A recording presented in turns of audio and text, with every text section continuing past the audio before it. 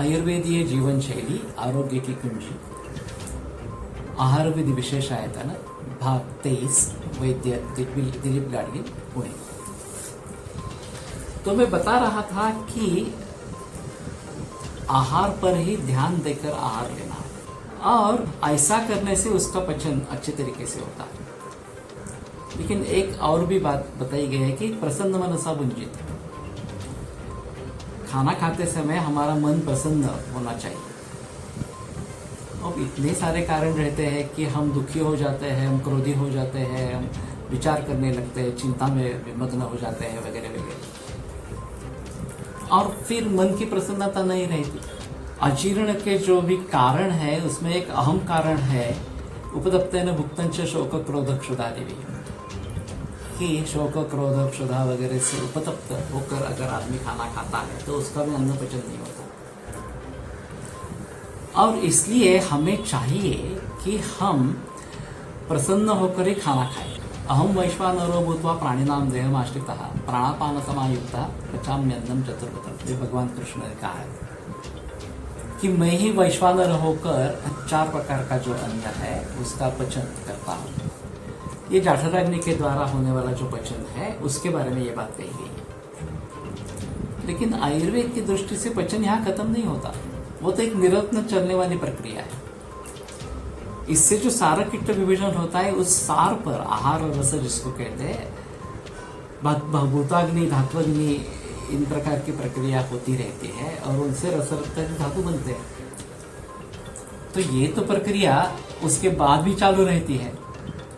तो जहां जहां पचन की प्रक्रिया है वहां वहां प्रसन्न मन होना बहुत जरूरी इस प्रकार का है। तो पूरे दिन रात हमारा मन प्रसन्न नहीं होना चाहिए। ये काफी मुश्किल मामला है क्योंकि रज और तम हमें हमारे मन से जुड़े हैं, और वो अगर बढ़ जाते हैं तो ये चिंता शोक भय उद्वेग वगैरह इस प्रकार की भावनाएं जुट जाती है और मन अप्रसन्न हो जाता है। तो पतंजलि ने इसके लिए एक उपाय सुझाया है।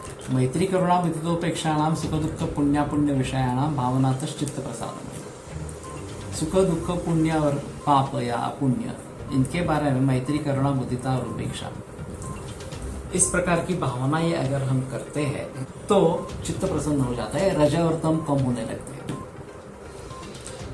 तो हमें इसका अभ्यास करना है। लेकिन इसके लिए एक वैकल्पिक सूत्र आया है प्रच्छन्न विधारणाभ्याम व प्राणस, कि यही सिद्धि हम प्रच्छन्न और विधारण प्राण का करके प्राप्त कर सकते हैं।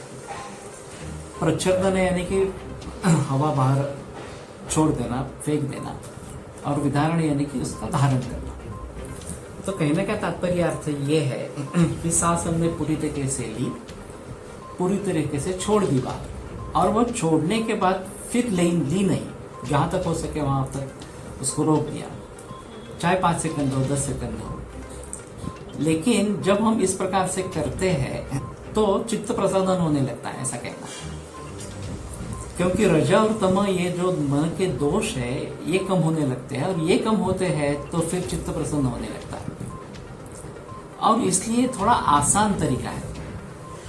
वैसे मैत्री करुणा मुदितोपेक्षा ये तो सूत्र है ही, लेकिन प्रच्छन्न विधारणाभ्याम व प्राण से ये थोड़ा आसान तरीका है कि उसके जरिए भली भांति हम इस प्रकार से कर सकते हैं, और ये बात सुलभ इस प्रकार की हो जाती है। मैं थोड़ा सा डेमोंस्ट्रेट करके दिखाता हूँ ताकि अच्छा रहेगा। तो फेफड़े पूरे भर के सांस लेनी है और छोड़नी है। फेफड़े पूर्ण रिक्त हो जाने चाहिए। अब इस अवस्था में उसको रोकना है।